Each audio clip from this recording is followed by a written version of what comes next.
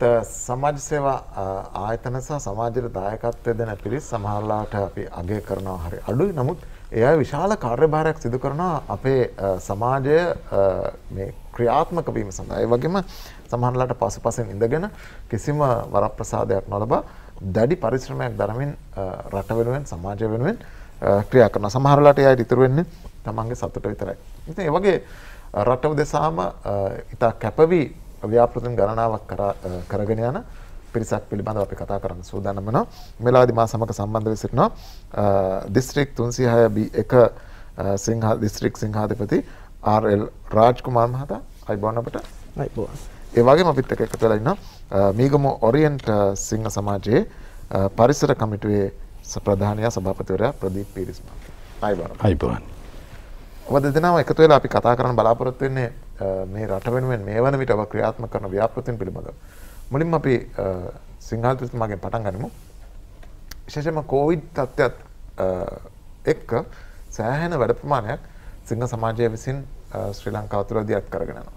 අපි එතනින් පටන් ගමු.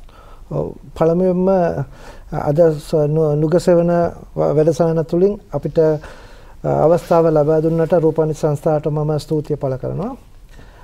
හැතැම්ම කියනවා නම් අපේ සිංහ දිස්ත්‍රික් ලංකාව නම් කරලා තියෙන 306B කියලා 306 කියලා ඒවා 6ට බෙදලා තියෙනවා. 306A1 306B1 A1 A2 B1 B2 C1 C2 කියලා. මම ඉන්නේ district 306B1 එකේ. ඉතින් කොවිඩ් සම්බන්ධව කතා කරනවා නම් අපේ බව් දිස්ත්‍රික් නායකත්වයෙන් අපි දහසක් පැතුම් කියන වැඩසටහනක් අපි දැන් කරගෙන යනවා. ඒ වැඩසටහනෙන් අපි බලාපොරොත්තු වෙන්නේ අපේ හොස්පිටල්ස් වලට 100 මිලියන් 150ක වටින ලයිෆ් සේවිං ඉක්විප්මන්ට්ස් පරිත්‍යාග කරන්න. හරි. ඉතින් අපි පළවෙනි අධීරය හැටියට අපි දැනට කොළඹ ඊස්ට් නගිනීර ටීචින් හොස්පිටල් එකට අපි ඒකටයි IDHL හොස්පිටල් එකටයි මිලියන 16ක වටින ඉක්විප්මන්ට්ස් දීලා තියෙනවා දැනට. පළවෙනි අධීර. දෙවෙනි අධීර හැටියට ක්ලිනොච්චි රෝහලට කොවිඩ් යුනිට් එකට 5 මිලියන 5.5ක වටින ඉක්විප්මන්ට්ස් ඊළඟ මාසෙ දෙන්න බලාපොරොත්තු වෙනවා. ඒකයි කරාපිටිය හොස්පිටල් එකටත් දෙන්න බලාපොරොත්තු වෙනවා. මේ වැඩසටහන ගැන කිව්වොත් අපේ මුළු බෞද්ධ දිස්ත්‍රික්කෙම සිංහයෝ 15000ක් විතර ඉන්නවා. අපි ඉල්ලලා තියෙනවා සිංහ 15000ම එක්කෙනෙකුට රුපියල් 10 ගාන ප්‍රත්‍යාග කරන්න කියලා. ඒකයි හැම එක්කෙනාම තව 10 දෙනෙක්ව අපිට ඉන්ට්‍රොඩියුස් කරන්න ඕනේ. 10 දෙනාගෙමුත් එතකොට 10000 එකතු වෙනවා. ඒ ප්ලෑන් එකෙන් තමයි අපි මිලියන 150ක් එකතු කරලා මේ ප්‍රොජෙක්ට්ස් ටික කරන්න ප්ලෑන් කරලා තියෙනවා. ඒත් එක්කම මේ පරිසරය හා සම්බන්ධව සෑහෙන වැඩ කොටසක් මේ වෙන විටත් කරගෙන ගිහලා තිනවා. ඉදිරියට කරන්න බලාපොරොත්තු වෙන මේ දක්වා පරිසරය සම්බන්ධව කරලා තියෙන වැඩ කටයුතු මොනවද විශේෂයෙන්ම ඔරියන්ට් සිංහ සමාජය මුල් කරගෙන? ඔව් මේකම ඔරියන්ට් සිංහ සමාජය මුල් කරගෙන අපි පරිසරය පිළිබඳව පැල සිටුවීමේ ව්‍යාපාරයක් මේ මීට දවස් 2කට ඉස්සෙල්ලා නොරොච්චෝලේ ප්‍රදේශයේදී අපි සිද්ධ කරා.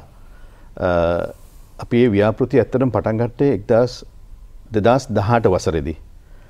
පළමුවෙන්ම පැල 10000ක් සිටවීම නොරොච්චෝලේ විදුලි බලාගාරයේ ආශ්‍රිතව අපි සිද්ධ කරා. එහි දෙවැනි අධීර වශයෙන් පැල 5000කුත් දෙවන අධීර වශයෙන් තවත් පැල 5000කුත් මේ වෙනකොට අපි සිටවා තියෙනවා.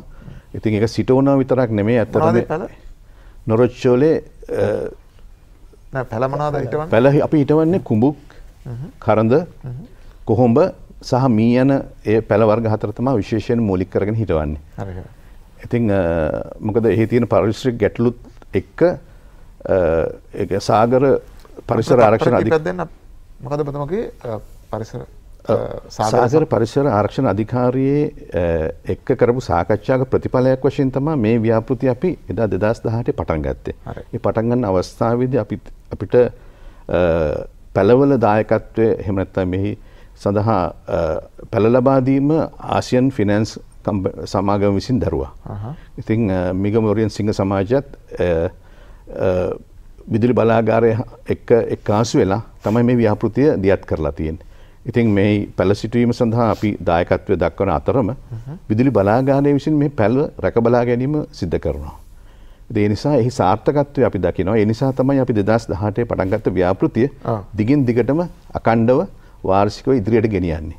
ඒ වගේ මේ වුණාට විදුලි බලාගාරය අවට විතරක් නෙවෙයි මග දෙපසරත් ඇවිල්ලා තියෙන ව්‍යාපෘතිය. ඔව් ඇත්තටම ඔබ පුත්තලමෙන් පාලවිය හන්දියෙන් සාන්තාන දෙව්මැදුර පාර එහෙමත් නැත්නම් නොරොච්චොලට යන පාරේට ගියොත් එහෙම පාලවිය හන්දියේ ඉඳලා නොරොච්චොලට කිලෝමීටර් 17ක් වගේ ප්‍රමාණයක් තියෙනවා. ඒ දෙපසම මේ පැළ දැන් රෝපණය කරලා ඒවා ඇත්තටම දැන් ලොකු වෙමින් පවතිනවා ලස්සනට පැළ බවට පත් වෙමින් පවතිනවා. ඒකම ඔබ දන්නවා මම හිතන්නේ විදුලි බලාගාරයේ අවටට ආරක්ෂණ කලාපයක අවශ්‍යතාවය පරිසරවේදීන් විසින් සඳහන් කරා. මොකද ඒ වෙන පරිසර හානිය අවම කරගන්නට කොයි බිම් වලට එන හානිය සහ පරිසරයට වෙන හානිය අවම කරගන්නට ඒ නිසා ඒ අවට ප්‍රදේශයේ පැළ විශාල ප්‍රමාණයක් මෙන්න රෝපණය වෙලා තියෙනවා. ඒකම විදුලි බලාගාරයේ ඉඳලා නාරක්කුලිය කියන ප්‍රදේශයට තමයි මේ අපි ගිය දැන් දවස් දෙකකට ඉස්සෙල්ලා මේ සිංහාධිපතිතුමාගේ සහභාගීත්වයෙන් පැළ සිටීමේ ව්‍යාපාරය කරේ. ඊට අමතරව අපි කල්පිටිය නගර සීමාව තුලත් පැළ දැන් සිටවලා තියෙනවා. ඉතින් අනාගතයේදී බලාපොරොත්තු වෙනවා නොරොච්චෝලේ සිට කල්පිටිය දක්වා තියෙන මේ මාර්ගයේ දෙපසත් පැළ සිටීමේ ව්‍යාපාරයක් කරලා ඒ ප්‍රදේශයේම ආවරණ විදිහට මේක දීර්ඝ කාලින වැඩසටහනකට ඉදිරියට ගෙනියන්න. සාමාන්‍යයෙන් දැන් පැළ කියන ඒවා හිටවට පස්සේ ඒක ගහක් බවට පත් වෙනකල් උදව් අවශ්‍යයි. ඉතින් ඒ නිසා ඒක ගැන බලා ගන්න අවශ්‍යයි. ඊට පස්සේ සමහරට ගහ තනියම හැදෙයි. ඒ වැඩ කටයුතු කරන්නේ කොහොමද? ඇත්තටම ඒක තමයි අපි ඇත්තටම දීර්ඝකාලීන වැඩසටහනකට අවතීර්ණ වුණේ. නොරොච්චොලි බලාගාලයේ තියෙන පරිසරය සඳහා ඉංජිනේරුවරයෙක්ගේ යටතේ තියෙන සැදුම්ලත් කණ්ඩායමක්. ඔවුන් විසින් තමයි මේ පැළ සියල්ල රැක බලාගන්නේ. හැබැයි කල්පිටිය නගර සීමාවේ පැළ කල්පිටිය ප්‍රාදේශීය සභාව විසින් රැක බලා ගන්නවා. ඉතින් ඒ නිසා තමයි මේ මාර්ග දෙපස තියෙන පැළ ඒ ප්‍රාදේශීය සභාවල සහයෝගයෙන් තමයි ඒවා රැක බලාගන්නේ. ඔවුන්ගේ දායකත්වය ඇතුව සහ ඔවුන් සමග එකඟතාවයෙන් තමයි මේ පැළ සිටුවීම ව්‍යාපෘති කරන්නේ. ඒ නිසා තමයි මේ සාර්ථකත්වය අපි දකින්නේ. අපි අහන ඔබතුමා කිව්වා වගේ ලංකාවේ පැළ බොහෝ හිට වෙනවා. නමුත් ඒවා ගස් බවට පත් වෙන්නේ නැහැ. ඒ නිසා අපි කියන්නේත් පැළ සිටවනවා නම් ඒ සඳහා ඇත්තටම යම්කිසි ඒවා රැක බලා ගැනීමේ වැඩපිළිවෙලක් එක්ක පැළ සිටවන්න කියන එක තමයි අපේ ඉල්ලීම වෙන්නේ. මොකද ඒක තමයි අපේ පරිසරයට අපිට දායක කරන්න පුළුවන් උපරිම දේ. ඒ වගේම දැන් දිස්ත්‍රික් 306B1 සිංහ සමාජය විසින් තවත් වැඩ කටයුතු බොහොමයක් සැලසුම් කරගෙන ඉදිරි දවස්වලදී කරන්න. මොන වගේ දේවල්ද ඉදිරියේ සැලසුම් වෙන්නේ? අපේ දිස්ත්‍රික්ට් එකෙන් කරන ලොකු ප්‍රොජෙක්ට් එක ලොකු වැඩසටහන් තමයි කරගෙන යන්නේ දැන්.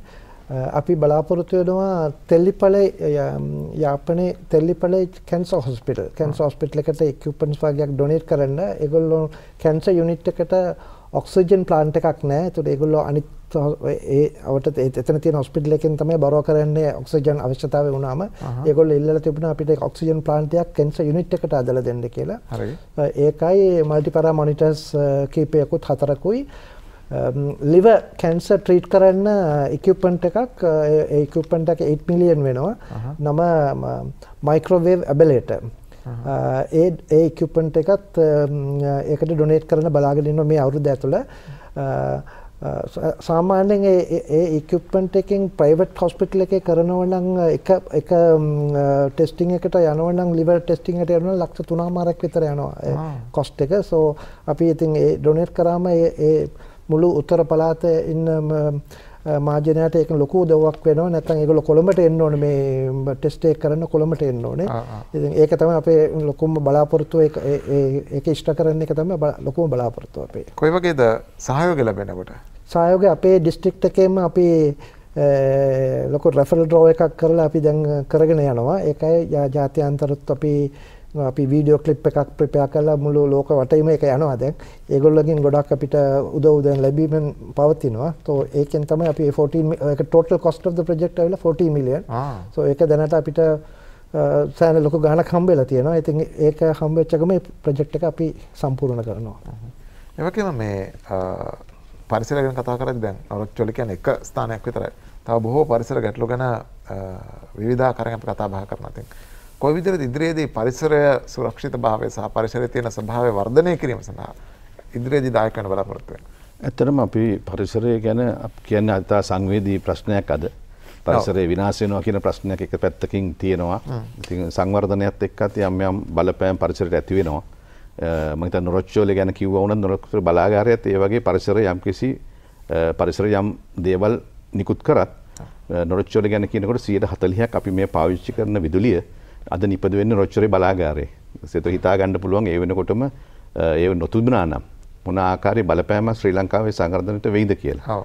නමුත් දැන් ජනාධිපතිතුමා තීරණයක් අරගෙන තියෙනවා මේ පාර එක්සත් ජාතීන් සංවිධානයත් එක්ක ගිහිල වේලේ ගිවිසුමක් අත්සන් කරලා තියෙනවා ඉදිරියේදී නැවත එවැනි බලාගාර නිර්මාණය කරන්නේ නැහැ කියලා. ඒ ගල් අඟුරු බලාගාර. ඉතින් අපි බලාපොරොත්තු වෙන අපිත් එක්ක ඉන්න මිල් සිංහ සමාජයත් එක්කම එකතු වෙලා මේ මාසය තමයි සෙප්තැම්බර් මාසයේ විශේෂයෙන් වෙන් කරලා තියෙන සිංහ දිස්ත්‍රික්කයේ විසින් සිංහ ජාත්‍යන්තරයේ විසින් පරිසර මාසයේ හැටියට අපිට පුළුවන් උපරිම මට්ටමින් අනිත් සිංහ සමාජයත් අපි වගේම මේ ආකාරයට ක්‍රියාත්මක වෙනවා. පරිසරය සුරැකීමේ নানা ප්‍රකාර දැනුවත් කිරීම ව්‍යාපෘති පරිසරයට පැල සිටුවීම ඒ ආදී වශයෙන් নানা ප්‍රකාර ව්‍යාපෘති වසර පුරාම අපි ක්‍රියාත්මක කරනවා. අපිට පුළුවන් උපරිම මට්ටමින් තමයි අපි ක්‍රියාත්මක වෙන්නේ. අපි ඉතින් හැමතිස්සෙම ජනමාධ්‍යයෙන් ලැබෙන සහයෝගය අපි හැමතිස්සෙම අගය කරනවා. අපිට පුළුවන් ආකාරයට අපි ඒ සඳහා ක්‍රියාත්මක වෙමින් පවතිනවා. හොඳයි අපි තවදුරටත් මේ ගැන කතා කරන්න බලාපොරොත්තු වෙනවා. ඊට කලින් අපි විරාමයකට ගිහලා නැවත හමු වෙනවා. අපේ රටෙත් මෙල්වා QST කම්බි හදනවනේ. සත්‍ය අතින් ඉස්තරම්. මල කෑමත් ඉතාම අඩු මෙල්වා ගින්නකට භූමිකම්පාවකට වුණත් ඔරොත්තු දෙනවා. මෙල්වා එක ලංකාවේ එක අපිම එක. එතකම අපි කතා කරමින් ඉන්න අවස්ථාවේදී ආපහු අපි ආවොත් එහෙම මේ සිංහ සමාජය කියන එකට. සිංහ සමාජය මේ වගේ කරන සමස්ත මෙහෙවර ගැන කතා කරද්දී සිංහ සමාජය කොයි වගේ තැනකද ලෝකේ ඉන්නේ? ලෝකේ ඉන්නවනම් ලෝකේන නම්බර් 1 සර්විස් ඕගනයිසේෂන් එකට අපිව නම් කරලා තියෙනවා. ලෝකේ තියෙන පළවෙනි ස්ථානයේ ඉන්නේ අපි සර්විස් ඕගනයිසේෂන් හැටියට. අපේ ඉතිහාස ගත්තත් අපේ සිංහ සමාජය පටන් ගත්තේ 1917 මෙල්වින් ජෝන්ස් කියන ඉන්ෂුරන්ස් ඒජන්ට් තමයි පටන් ගත්තේ. චිකාගෝ නගරේ එයාගේ බිස්නස් කමියුනිටි සර්කල් එකේ සාකච්ඡාවක් නිකන් තියෙන වෙලාවේ එයා යෝජනාවක් කරා අපි දුප්පත් මිනිස්සුන්ට උදව් කරන්න ඕනේ කියලා. ඒ යෝජනාවෙන් පටන් ගත්ත සිංහ යෝජනාවෙන් පටන් ගත්ත පළවෙනි සිංහ සමාජය චිකාගෝ නගරේ පටන් ගත්තේ. ඒක ඊට පස්සේ ඒක 1917 වුණේ. 1920 කැනඩාවේ පළවෙනි සිංහ සමාජය පටන් ගත්තා. ඒතකොට ඒක 1920 මේ ජාත්‍යන්තර වුණා. ඊට පස්සේ දැන් ලෝකයේ රටවල් 210කට විරුද්ධ වෙලා තියෙනවා. 210ට සමාජ සිංහ සමාජ 48000ක් තියෙනවා. මුළු ලෝකෙම 13,92,060 දෙනෙක් ඉන්නවා මෙම්බර්ස් හැටියට අද වෙනකොට. ඒක තමයි අපේ ඩිස්ට්‍රික්ට් එක ගත්තොත් අපේ ඩිස්ට්‍රික්ට් එකේ ක්ලබ්ස් සමාජ 89ක් තියෙනවා. අපේ මෙම්බර්ෂිප් එක 2567ක් අද වෙනකොට තියෙන්නේ. ඉතින් අපි ගොඩක් කරන්නේ ළමා පිළිකාව ඊට පස්සේ දියවැඩියාව පරිසර සුරකීම කුසගින්න තුරන් කිරීම ඇස්පෙනීම අනිත් එක අධ්‍යාපන සඳහා උදව් කිරීම ළමයිට කාන්තාවන් නැග සිටුවීම තරුණ පරපුර නැග සිටුවීම ඒ ප්‍රෝග්‍රෑම්ස් 8ක ෆෝකස් කරලා තමයි අපි සර්විස් ප්‍රොජෙක්ට්ස් ගොඩාක් කරන්නේ ලංකාව තුළ. ඒ වගේම මීගම ඔරියන්ට් සිංහ සමාජය මොන වගේ පසුබිමකින්ද වැඩ කටයුතු කරගෙන යන්නේ? ඇත්තටම අපේ සිංහ සමාජය 1993 තමයි ආරම්භ කරේ. එදා සිට මේ වෙනකන් වසර 28ක් අඛණ්ඩව මේ අපේ මීගමුව මූලික කරගෙන මුළු දිස්ත්‍රික්කයේ වටම කරන්න පුළුවන් උපරිම මට්ටමින් ජනතාවට සෙතක් වෙන සේවයක් වෙන විදිහේ වැඩ කටයුතු තමයි කරගෙන යන්නේ. ඒ මූලික වශයෙන් අපි කතා කරනවා නම් කරුණු දෙකක් විතරක් මම මේ අවස්ථාවේදී නියම ව්‍යාපෘතියට හඳුන්වන්න කැමතියි. එකක් තමයි අපේ මූලස්ථාන ගොඩනැගිල්ල තියෙනවා කට්ටුව ප්‍රදේශයේ. එහි අපි 2000 වසරේ සිට ආරම්භ කරපු ඒ ව්‍යාපෘතිය එහි පවත්වාගෙන යනවා ආබාධිත දුවා දරුවන්ට සුරකම් මධ්‍යස්ථානයකුත් ඒකම ඔවුන්ට වෘත්තීය පුහුණු මධ්‍යස්ථානයකට පවත්වාගෙන යනවා. ඒකම 2020 වසරේදී අපි එම ස්ථානෙම ආරම්භ කරා. එම ප්‍රදේශයේ ඉන්න අඩු ආදායම්ලාභී දෙමව්පියන්ගේ දුවා දරුවන්ට පෙර පාසලක්. ඒ සියල්ල නොමිලේ එතන සිද්ධ වෙනවා.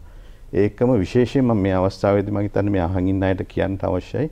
ඒක අපේ නියම ව්‍යාපෘතියක් තමයි සිංහ සමාජයේ කනිෂ්ඨ සිංහ කියලා අපි කියන්නේ ලියෝ සමාජ කියලා.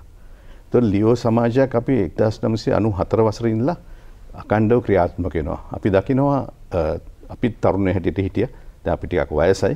නමුත් මේ තරුණයෝ ලියෝ සමාජයට බැඳිලා ඔවුන්ගේ නායකත්වය ඔවුන්ට ප්‍රදර්ශනය කරන්නට, ඒ ඉගෙන ගන්නට, ක්‍රියාකාරීව ඒ නායකත්වයේ හැකියාවල් ප්‍රගුණ කරගන්නට අවස්ථාවක් තමයි මේ ලියෝ සමාජය තුලින් දුන්නේ.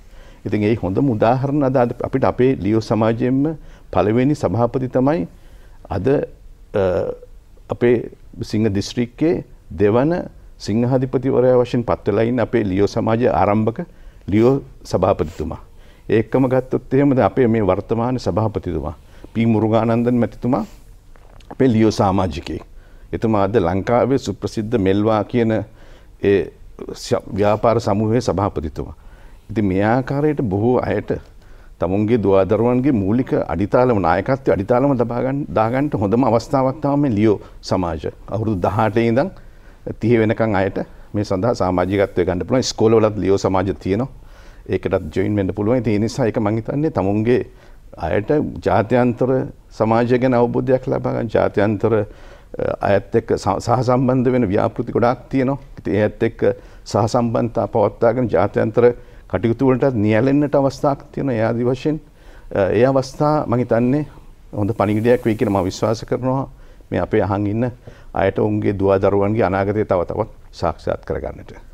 ඒ වගේම මේ මුදල් එකතු කර ගැනීම නැත්නම් ප්‍රතිපාදන එක්රස් කර ගැනීම කියන එක ටිකක් අපහසු කාර්යයක් ලංකාව වගේ රටක. ඉතින් කොයි විදිහටද මේ විශාල මුදල් එක් කිරීම සඳහා පිරිස් දායක කරගන්නේ? කොයි විදිහටද ඒ සඳහා අනුබලය ලබා දෙන්නේ? අපේ සිංහ සමාජය ගත්තම ගොඩක් අය එනවා සේවය කරන්න ආසාවෙන් ආපු 100%ක්ම කියන්නේ සේවය කරන්න ආපු අය. ඒකෙන් ගොඩක් අය එනවා ප්‍රත්‍යා කරන්න කැමති අය ගොඩක් දෙනෙක් ඉන්නවා. ඒකෙන් අපිට ලොකු ෆන්ඩ්රේසර් එකක් කරන්න පුළුවන් වෙනවා. ඒකට අමතරව පිටරටින් අපේ යාළුවෙක්ගෙන් යාළු මිත්‍රයෙක්ගෙන් මගේ අපේ ක්ලාස් අපිත් එක්ක ඉගෙන ගත්ත අපේ රිලේෂන්ස්ලා ඔක්කොම නාටම අපි මේව ගැන දැනුවත් කරලා තියෙනවා. ඒගොල්ලන්ගෙන් අපිට ලොකු සහයෝගයක් ලැබෙනවා අපිට. ඒ වගේ අපේ වගේ රටක දේශපාලනික බලපෑම් වලින් තොරව යමක් කිරීම හරි අමාරුයි. නමුත් සිංහ සමාජය බොහෝ අවස්ථාවලදී ස්වාධීනව වැඩ කටයුතු කරපු ආයතනයක් විදිහට ඉතිහාසගත වෙලා තියෙනවා තාමත්. කොහොමද මේ හැකියාව ලැබිලා තියෙන්නේ? ඇත්තටම මම හිතන්නේ දිස්ත්‍රික් අධිපතිතුමාට පුළුවන් ඊට වඩා හොඳට උත්තර දෙන්න. ඇත්තටම අපිට දේශපාලනයේ නියැලෙන්නට සිංහ සමාජ භාවිතා කිරීම මම හිතන්නේ ජාත්‍යන්තර විසින් තහනම් කරලා තියෙනවා. අපේ පොලිසියක් හැටියට අපි කවදාවත් මීටින් එකකවත් අපි ෆෙලෝෂිප් එකකවත් අපි කතා කරන්නේ ආගම ගැන කතා කරන්නත් නෑ, පොලිටික්ස් ගැන කතා කරන්නත් නෑ. ඒක අපේ පොලිසි එකක්. ඒක නිසා තමයි අපි ඒකට පැටලෙන්නේ නැතුව ලස්සනට කරගෙන යන්නේ. හොඳයි. බොහොම ස්තුතියි ඔබගේ වැඩ කටයුතු ඉදිරියේදී සාර්ථක වෙන්න කියලා සුබ ප්‍රාර්ථනා කරනවා. ඉදිරි කාලයේදී විශේෂයෙන්ම පරිසරයත් ඒ වගේම ඔබ සඳහන් කරපු අනිත් කාරණා ඔස්සේත් සෑහෙන ප්‍රතිඵල අපිට දක්වන්න ලැබෙයි කියලා බලාපොරොත්තු වෙනවා. බොහොම ස්තුතියි. බොහොම ස්තුතියි අපිට දුන්නා මේ කාලේ